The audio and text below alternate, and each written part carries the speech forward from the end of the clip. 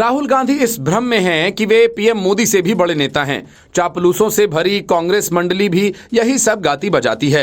लेकिन प्रशांत किशोर ने एक झटके में ही राहुल गांधी और कांग्रेस के इस भ्रम को तोड़ दिया। बिहार की पदयात्रा कर रहे प्रशांत किशोर अब तक नीतीश कुमार और तेजस्वी यादव को ही अपने निशाने पर रखते रहे हैं, लेकिन इस बार राहुल गांधी उनकी रडार पर आ गए और एक साथ ही तेजस्वी यादव और राहुल गांधी की कुल सियासी हैसियत बता दी।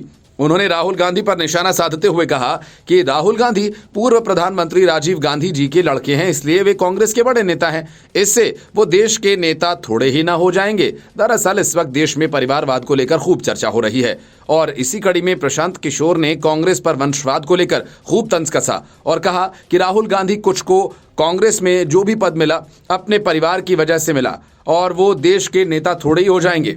प्रशांत किशोर ने सिर्फ राहुल गांधी पर ही परिवारवाद को लेकर निशाना नहीं साधा, बल्कि उनके निशाने पर तेजस्वी यादव भी आ गए। उन्होंने तेजस्वी यादव पर निशाना साधते हुए कहा, तेजस्वी की योग्यता क्या है?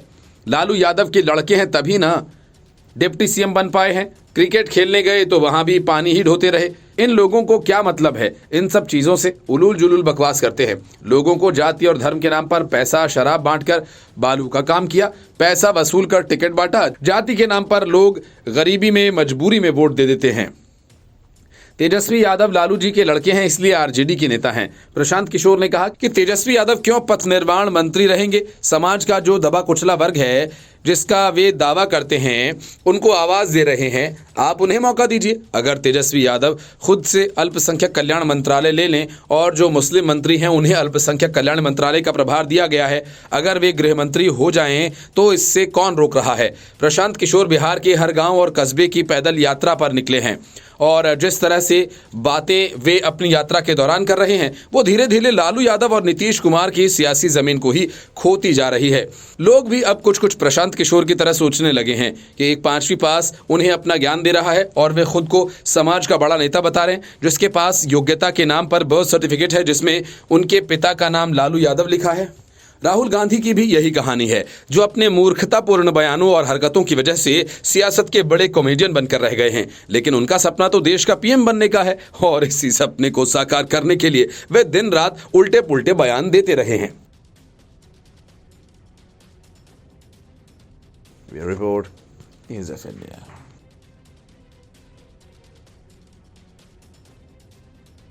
छत्तीसगढ़ में दूसरे और आखिरी चरण के मतदान के दौरान टीएस सिंहदेव ने ऐसा बयान दे दिया जिससे कांग्रेस में खलबली मच गई है।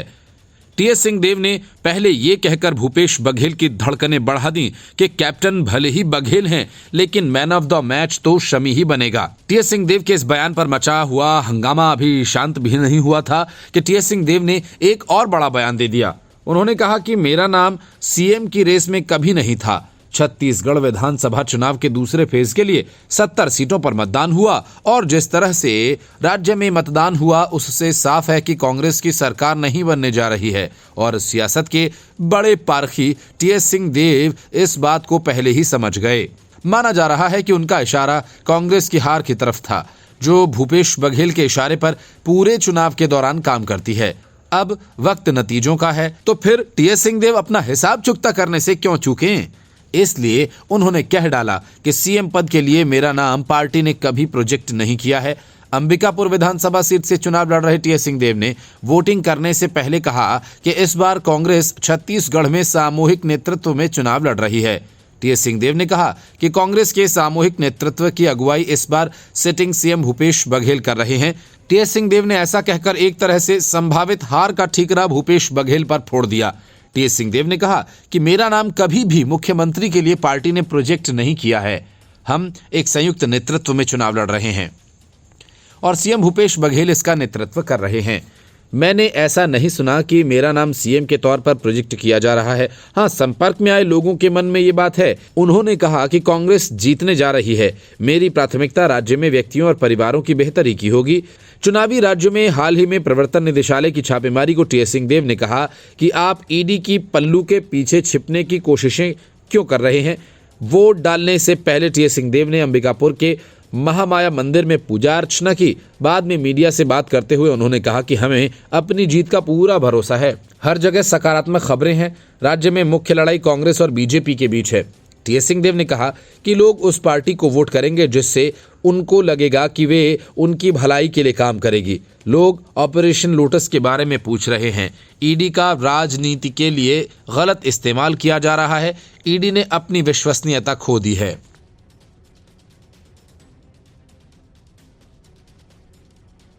अरविंद केजरीवाल के दामन पर घोटालों के इतने दाग लगे हैं कि अब उनकी पार्टी के नेता ही उसे बर्दाश्त नहीं कर पा रहे और अपना सियासी करियर बचाने के लिए ताबड़तोड़ आम आदमी पार्टी छोड़ भाग रहे हैं।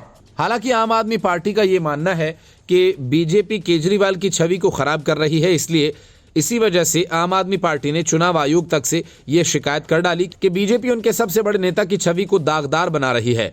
हालांकि आम आदमी पार्टी के नेता ये नहीं बताते कि क्या केजरीवाल ने अपने लिए शीश महल बीजेपी के कहने पर बनाया, क्या बीजेपी ने ही शराब घोटाला करने की सलाह दी थी। लेकिन इन सबसे न तो केजरीवाल की छवि सुधर पा रही है और न ही पार्टी की।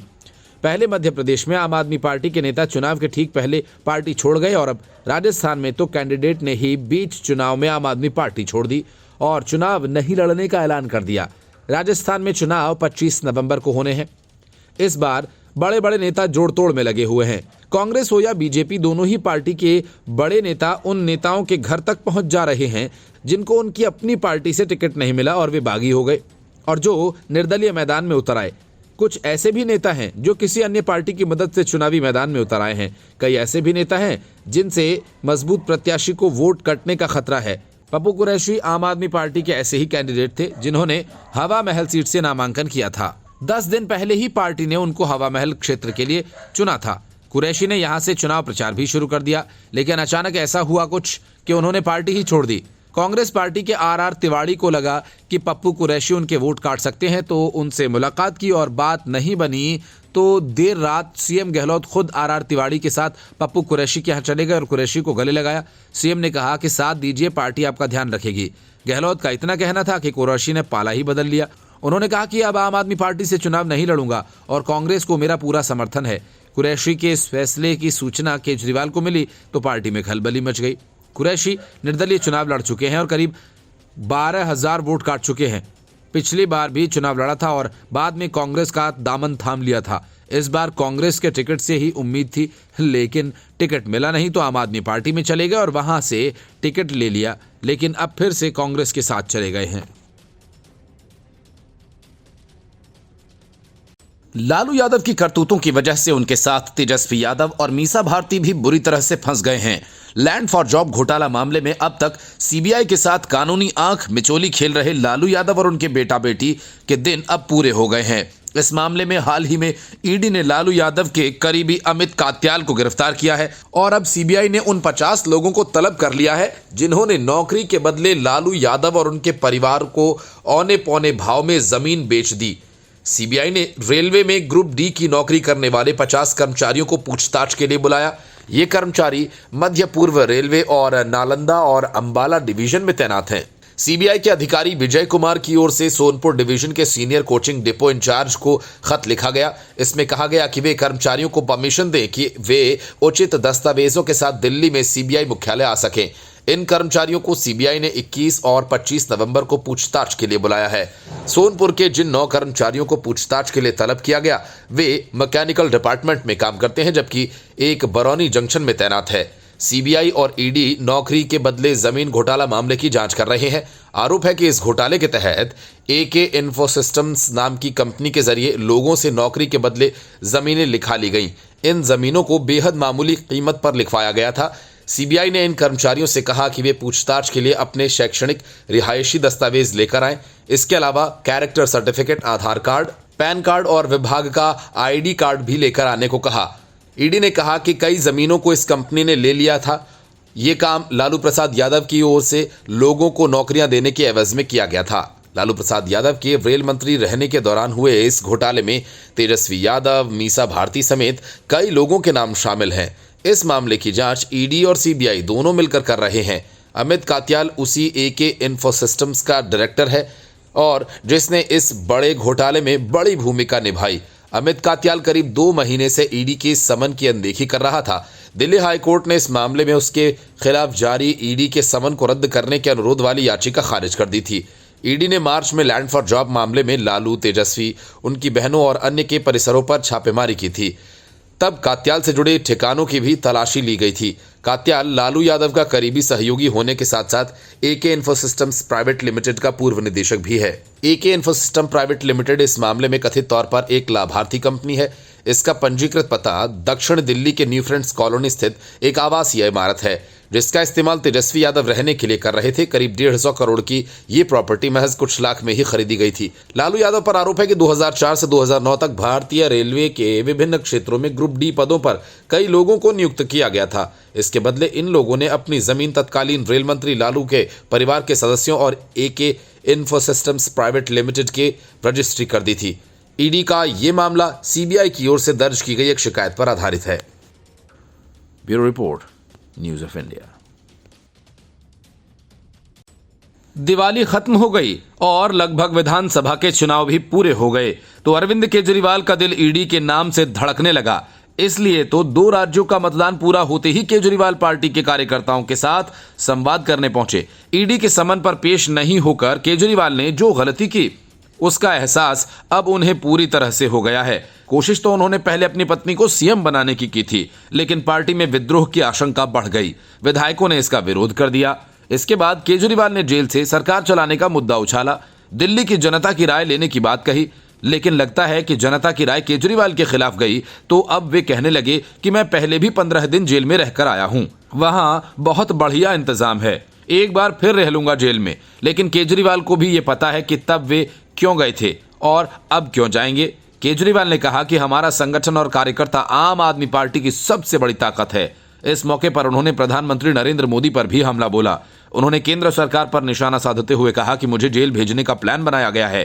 केजरीवाल ने कहा कि हम लोग जेल जाने से नहीं डरते हैं, मैं एक बार 15 दिन जेल में रहकर आया हूं, अंदर ठीक ठाक इंतजाम होता है, इसलिए जेल जाने से आप भी मत डरिए। अगर भगत सिंह इतने दिन जेल में रह सकते हैं, मनीष सिसोदिया 9 महीने से जेल में रह सकते हैं, सत्येंद्र जैन 1 साल से जेल में रह सकते हैं, तो हमें जेल जाने से डर नहीं है। केजरीवाल ने आगे कहा, हमें सत्ता का लालच नहीं है। 49 दिन के बाद इस्तीफा दे दिया था। कोई अपनी चौकीदारी की नौकरी से इस्तीफा नहीं देता। मेरे ख्याल से दुनिया का पहला मुख्यमंत्री हूं जो अपनी मर्जी से 49 दिन के बाद इस्तीफा दे चुका था। इस्तीफा मैं अपने जूते की नोक पर लेकर चलता हूं। मुख्यमंत्री की कुर्सी का लालच नहीं है मुझे इस्तीफा देना चाहिए या जेल से सरकार चलानी चाहिए, इस बारे में अलग अलग लोगों से चर्चा कर रहा हूं। अपने सभी विधायकों, पार्षदों से भी चर्चा की थी। आज अपने कार्यकर्ता से बात की। केजरीवाल ने कार्यकर्ताओं से कहा कि अब आप लोगों की जिम्मेदारी लगा रहा हूं। दिल्ली की जनता ने हमें बहुत प्यार दिया। दिल्ली की जनता की मर्जी के बिना हम कुछ नहीं करेंगे। आप लोगों को दिल्ली में घर घर जाना है और जनता से पूछना है कि क्या करना चाहिए। हम दोराहे पर खड़े हैं।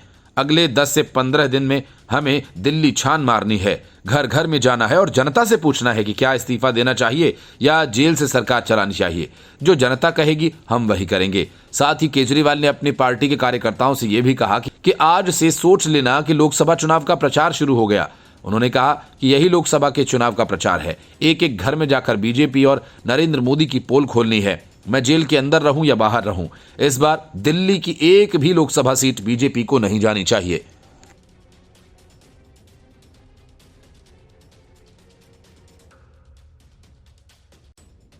दिवाली मना ली गई और मध्य प्रदेश, छत्तीसगढ़ का मतदान भी संपन्न हो गया। राजस्थान में 25 नवंबर को मतदान होना है। मतलब कि अब तो न केजरीवाल के पास न दिवाली का बहाना है और न ही चुनाव का प्रचार का। मतलब जिस ईडी के सामने जाने से केजरीवाल खिसक गए थे, अब एक बार फिर उसी ईडी का खतरा मंडराने लगा है। इसको लेकर आम आदमी पार्टी में अभी से खलबली मचने लगी है। इतना ही नहीं, पार्टी के नेता राघव चड्ढा आपराधिक मानहानि के एक मामले में बुरी तरह से फंस चुके हैं।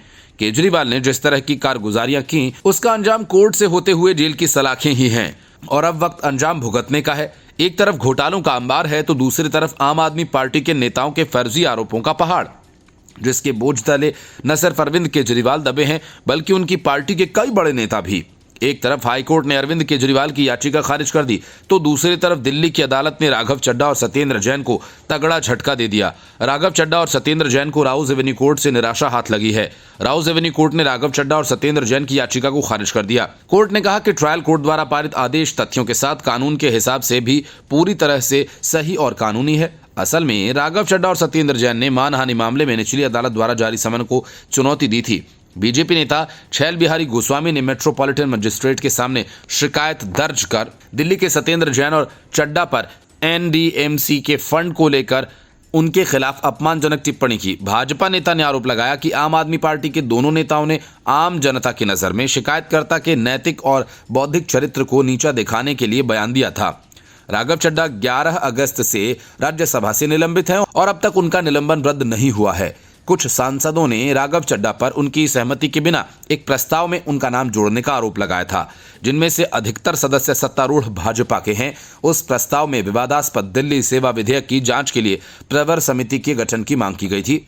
यह आरोप लगाया गया था कि राज्यसभा सदस्य ने दिल्ली सेवा विधेयक को प्रवर समिति को सौंपने के लिए एक प्रस्ताव पेश किया था। उन्होंने कथित तौर पर कुछ सदस्यों को प्रस्तावित समिति के सदस्यों के रूप में नामित किया था। इसके बाद यह दावा किया गया था कि कुछ सांसदों ने इसके लिए अपनी सहमति नहीं दी थी। सभापति ने इस शिकायत पर ध्यान देते हुए विशेषाधिकार समिति की जांच लंबित रहने तक चड्ढा को सदन से निलंबित कर दिया। सत्येंद्र जैन को मनी लॉन्ड्रिंग मामले में गिरफ्तार किया गया था।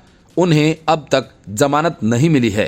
फिलहाल सुप्रीम कोर्ट ने उन्हें स्वास्थ्य कारणों से अंतरिम जमानत दी हुई है, जिसे कभी भी रद्द किया जा सकता है और वे फिर वापस तिहाड़ जा सकते हैं। Bureau report, news of India. आम आदमी पार्टी जब बनी थी तो पार्टी के पास जाने पहचाने चेहरे नहीं थे। केजरीवाल ने इस कमी को पूरा करने के लिए कई न्यूज चैनल्स के एंकर्स को पटाया। किसी को लोकसभा तो किसी को राज्यसभा का लालच दिया। सब नौकरी छोड़कर राजनीति में आ गए। आशुतोष राजनीति के लिए आशुतोष गुप्ता बन गए। शाजिया इल्मी भी आम आदमी पार्टी से जुड़ गई। एक अखबार के संपादक का भी केजरीवाल ने जमकर इस्तेमाल किया। काम बन गया तो सबको किनारे लगा दिया। शाजिया इल्मी बीजेपी में चली गई। आशुतोष को फिर कोई नौकरी नहीं मिली तो कुछ और करने लगे। यही कहानी अब गुजरात में केजरीवाल दोहरा रहे हैं। चुनावों के पहले गुजरात के मशहूर शो होस्ट ईशुदान गढ़वी को पार्टी का अध्यक्ष बना दिया गया। केजरीवाल ने तो गढ़वी को गुजरात का सीएम भी घोषित कर दिया था, लेकिन न्यूज एंकरिंग करना और सियासत करना दो अलग अलग चीजें हैं। चुनाव में करारी हार के बाद अब गढ़वी के होश भी ठिकाने आ ही गए तो रोजी रोटी की तलाश में न्यूज चैनल से संपर्क करने लगे। कहा जा रहा है कि किसी चैनल पर एक शो मिल गया है जिसे वो होस्ट करेंगे। गढ़वी ने बताया कि मैं घमंड नहीं कर रहा हूं, लेकिन ये सच है कि जब मेरा शो महामंथन प्रसारित होता था तो परिवार और पड़ोसी एक साथ बैठकर इसे देखते थे, जैसे एक समय में लोग रामायण और महाभारत देखा करते थे। मैं गारंटी दे सकता हूं कि लॉन्च के 3 महीने के भीतर मेरा नया शो उतना ही लोकप्रिय होगा। गढ़वी के एक मीडिया कर्मी के रूप में फिर से करियर शुरू करने के साथ राज्य में आम आदमी पार्टी के आधार में तेजी से गिरावट को रोकने की भी उम्मीद है। गुजराती जनता खासकर ग्रामीण इलाकों में एक टीवी एंकर के रूप में उनका ये स्टारडम था, लेकिन केजरीवाल की पार्टी में शामिल होने के बाद से गढ़वी अपनी लोकप्रियता खो बैठे हैं। जानकारों का कहना है कि शो होस्ट करने से कोई फर्क नहीं पड़ने वाला, क्योंकि लोग अब गढ़वी को अरविंद केजरीवाल की पार्टी का नेता ही मानेंगे, जो भ्रष्टाचार के आरोपों में घिर चुकी है। आम आदमी पार्टी में शामिल होने से पहले गढ़वी ने गुजराती चैनल VTV में न्यूज एंकर की नौकरी छोड़ दी थी। उन्होंने कहा कि इस बार मैं दोहरी भूमिका निभाऊंगा। मैं आम आदमी पार्टी की गुजरात इकाई का अध्यक्ष बना रहूंगा। दिन में भी मैं पार्टी के लिए काम करता रहूंगा। शाम को मैं उस मीडिया चैनल के ऑफिस जाऊंगा जो मेरा शो प्रसारित करेगा। मतलब कि गढ़वी 2 नावों की सवारी करेंगे। पिछले 11 महीनों में गुजरात में आम आदमी पार्टी की हालत पतली हो गई है। इसके 11 में से 4 उपाध्यक्षों ने पार्टी छोड़ दी थी।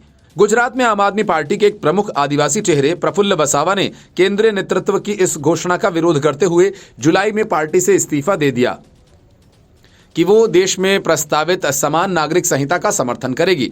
अपनी मुश्किलों को बढ़ाते हुए इस महीने की शुरुआत में गुजरात पुलिस ने वन विभाग के अधिकारियों को डराने और हवा में एक राउंड फायरिंग करने के आरोप में आप के गुजरात कार्यकारी अध्यक्ष चैतर वसावा जो के खिलाफ मामला दर्ज किया गया है।